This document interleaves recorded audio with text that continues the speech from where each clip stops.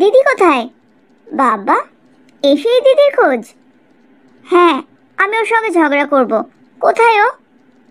ও এখনো ফিরে আসেনি। ফিরে আসেনি? তুমি যে বললে আজকে আসবে। আজকে আবার সকালে ফোন করে জানালো 2 দিন পরে আসবে। ও হোস্টেল ছেড়ে দিয়েছে, জব ছেড়ে দিয়েছে।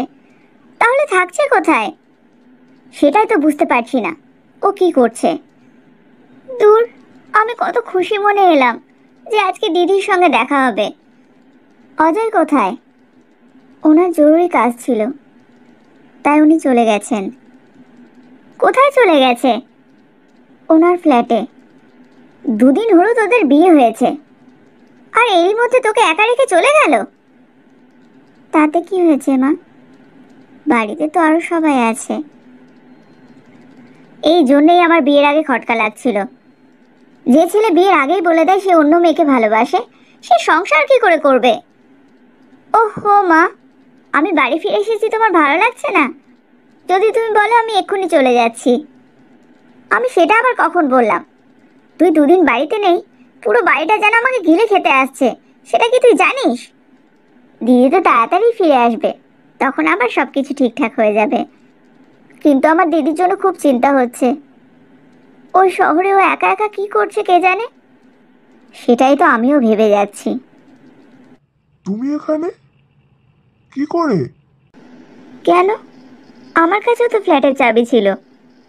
সে তো জানি, কিন্তু তুমি যে বললে তুমি আর ফিরে আসবে না।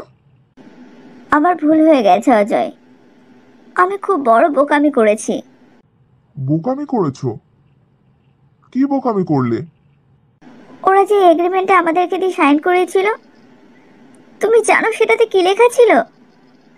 ফিল্মের প্রডিউসারের সঙ্গে আমাদেরকে 1 মাস সহবাস করতে হবে। উনি আমাদের টেস্ট নিয়ে দেখবেন, আর যে ওনাকে বেশি খুশি করতে পারবে সেই হবে মুভির হিরোইন। হোয়াট? হ্যাঁ অজয়, এগ্রিমেন্টে এমনটাই লেখা ছিল। আর সেই জন্যই আমি এগ্রিমেন্ট ছিঁড়ে চলে এসেছি।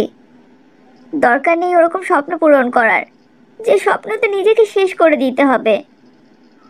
এসব তুমি কি বলছো?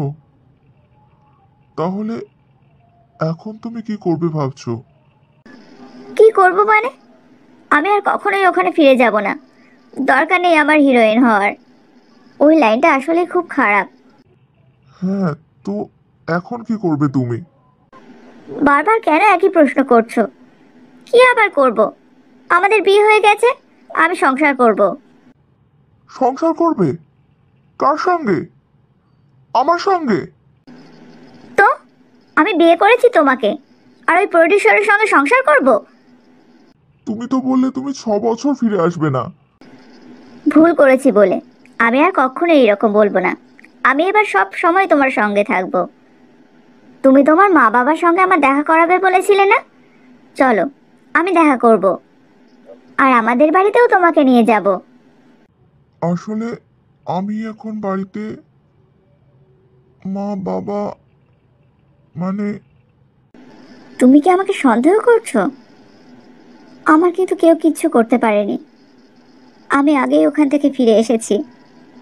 আর তারপরেও যদি তোমার মনে হয় আমি খারাপ হয়ে গেছি, তুমি আমার সঙ্গে আর সংসার করতে পারবে না, তাহলে কিন্তু আমি নিজেকে শেষ করে দেব।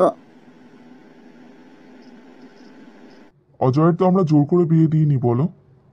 ও নিজের ইচ্ছে এই বিয়েটা করলো, আর বিয়ে করে 2 দিনের মধ্যেই বউকে রেখে চলে গেল।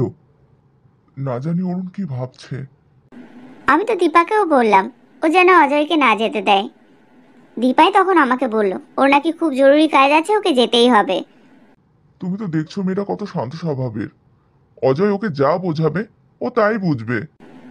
কিছুদিন যাক, তারপর দেখবে সবকিছুই ঠিকঠাক হয়ে যাবে। নতুন নতুন বিয়ে হয়েছে তো, তাই হয়তো দুজনেই লজ্জা পাচ্ছে। লজ্জা পাচ্ছে বলে বউকে ছেড়ে চলে যাবে?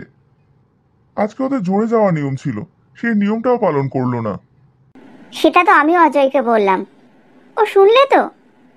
দীপা কিন্তু আমার বন্ধুর মেয়ে। অজয় যদি দীপাকে কষ্ট দিয়েছে না, তাহলে আমি ওকে ছেড়ে কথা বলবো না। কারণ ওকে বিয়ের আগে আমি অনেকবার জিজ্ঞেস করেছিলাম কোনো প্রবলেম থাকলে বল।